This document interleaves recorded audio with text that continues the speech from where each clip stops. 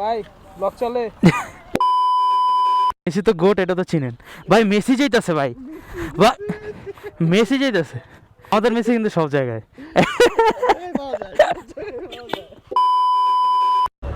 ওকে, so আজকে হচ্ছে শ্রীমঙ্গলের আমাদের দ্বিতীয় দিন।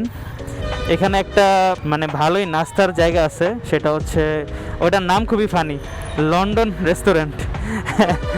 হ্যাঁ, সিলেটে আসবো আবার লন্ডনের নাম থাকবে না, এটা কি হইতে পারে নাকি? তো ওই লন্ডন রেস্টুরেন্ট ছিল, ওখানে নাস্তা করলাম। নাস্তা করলে এই যে সামনে আমাদের সবাই একসাথে আমরা রেডি হয়ে বের হয়ে গেলাম। সো আজকে একটা জায়গায় যাব, সেই জায়গাটার নাম আমি জানি না। আমাদের টিমে যে লিড করতেছে রেদওয়ান, আমার ফ্রেন্ড, ও হচ্ছে জানে, ও আমাদের বললো যে চলো একটা জায়গা আছে সুন্দর, যাই, ম্যাপ দেখে দেখে যাব, কারণ আমরা সিলেটে তো রেগুলার আসা যাওয়া করি না, তো এই জন্যে।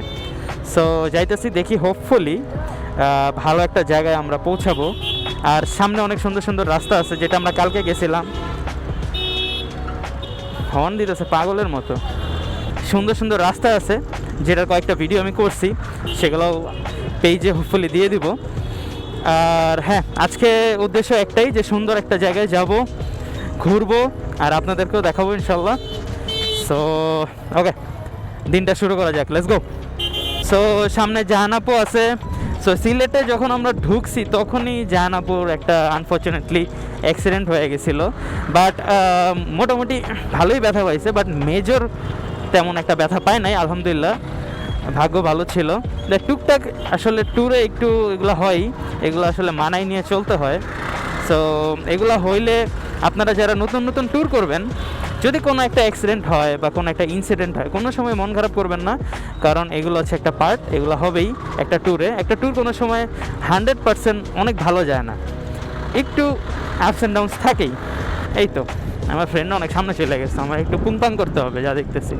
অটোরিকশা অনেক এখানে, ওই তো ওরা। ওয়াও, কানে কথা বলো, আরও কথা বলো, কথা বলতে বলতে ডাইরেক্ট আমার চাকার নিচে। তো আজকে আমাদেরকে মোটামুটি আসা যাওয়া মিলে 60 কিলো চালাইতে হবে বা 80 কিলো চালাইতে হবে। যে জায়গাটায় যাইতেছি ওটা হচ্ছে 1 ঘন্টার ডিস্টেন্স।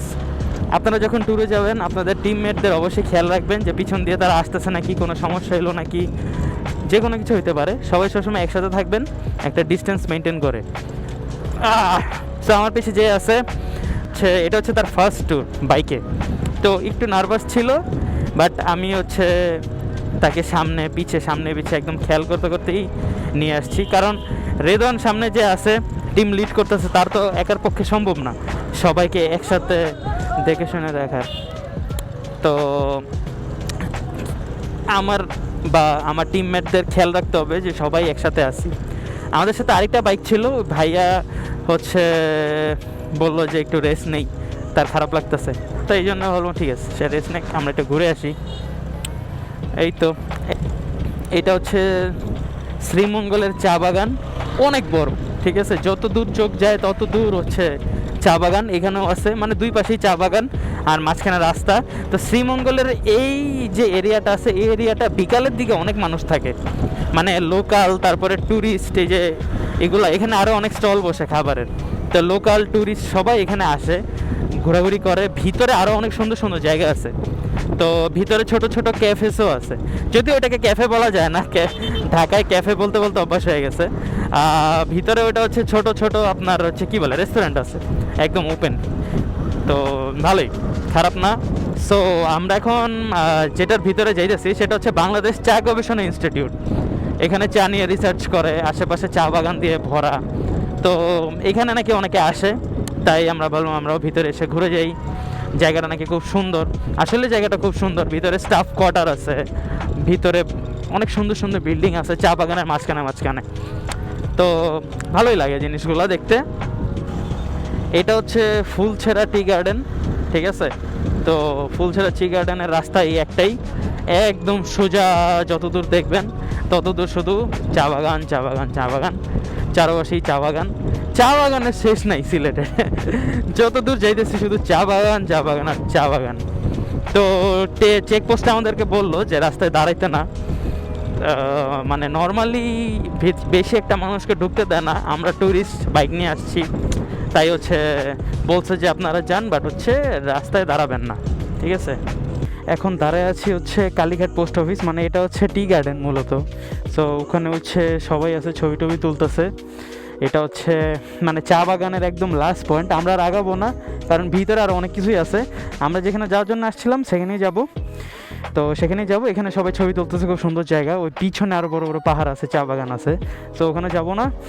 এই তো এখন হচ্ছে বের হই, ছবি তোলা শেষ। ইভেনচুয়ালি আপনারা পেজে দেখেই ফেলবেন। লিটারেলি একদম জঙ্গলের মাঝখানে, দুই পাশে পাহাড় আর গাছগুলো একদম আমাদের মাথার উপর পর্যন্ত এসে লেগে গেছে, আর আমরা মাঝখানে বাইক চালাইতেছি, আমি স্কুটি চালাইতেছি। এই তো আমরা যে জায়গার উদ্দেশ্যে রওনা দিছি সেটা আর 5 কিলো বাকি। সো যাওয়ার পথে দেখেন কি সুন্দর ভিউ, ঠিক আছে। ভয়ানক অবস্থা, এমন রাস্তা থাকলে চালাতে তো মজাই লাগে। যেতে যেতে আরেকটা চা বাগানে এসে বললাম। এই চা বাগানটা আমাদের সুন্দর লাগতেছে, কারণ এই চা বাগানের পাহাড়গুলোর মধ্যে না অনেক স্পেস আছে, একদম মানে কাইটা কাইটা রাখছে পাহাড়। এই যে দেখলে বুঝে যেতেছে যে পাহাড়গুলা কাইটা কাইটা অনেক স্পেস দিয়ে করছে। আর দুই পাশে পাহাড় অনেক উঁচা, মাঝখানে হচ্ছে রাস্তাগুলো নিচা। তো এই তো, বাট কিছু মানে চা বাগানের তো অভাব নাই সিলেটে, বাট এটার মধ্যেও কিছু ডিফারেন্স আমি আজকে দেখতে পারতেছি, যে কিছু চা বাগান একরকম, কিছু চা বাগান আরেক রকম। এই তো মাগরে বাবুরি বাবুরি বাবুরি। আমি ভিডিও তো আর কয়টাই বা রাস্তার করব বলেন। ক্যামেরা যদি আনলিমিটেড স্টোরেজ, আনলিমিটেড ব্যাটারি থাকতো, তাইলে মনে করেন আমি ক্যামেরা অনই করে রেখে দিতাম, অফই করতাম না, এত সুন্দর সুন্দর রাস্তা।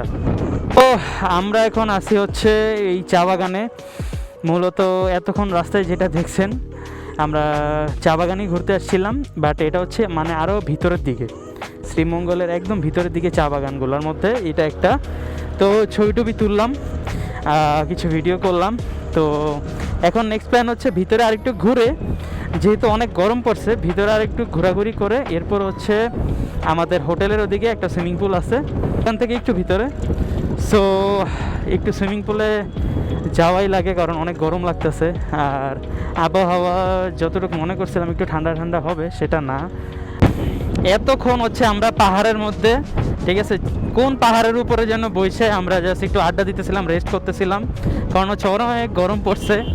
তো এই গরম আর নিতে পারতেছি না দেখেই ভাবলাম যে সবাই মিলে একটু রেস্ট করি, পানি টানি খাই। তো পানি টানি খেয়ে এখন হচ্ছে লাঞ্চ করতে যেতেছি। লাঞ্চ করার পরে আমরা যাব হচ্ছে হোটেলে গিয়ে একটু রেস্ট করে এরপরে আমরা যাব একটু সুইমিং পুলে। কারণ ভাই দেখেন খুব সুন্দর, ঠিক আছে, এইগুলা সারাদিনই দেখা যাবে, বাট একটু মনে করেন ঠান্ডা হইতে হবে, অনেক গরম ভাই সিলেটে। আমরা ভাবছিলাম কি বৃষ্টি হইতেছে, সিলেটেও বৃষ্টি হবে আর ঘুরে টুরে অনেক মজা পাবো। হ্যাঁ, ঘুরে মজা পেয়েছি, বাট গরমটা একটু বেশি।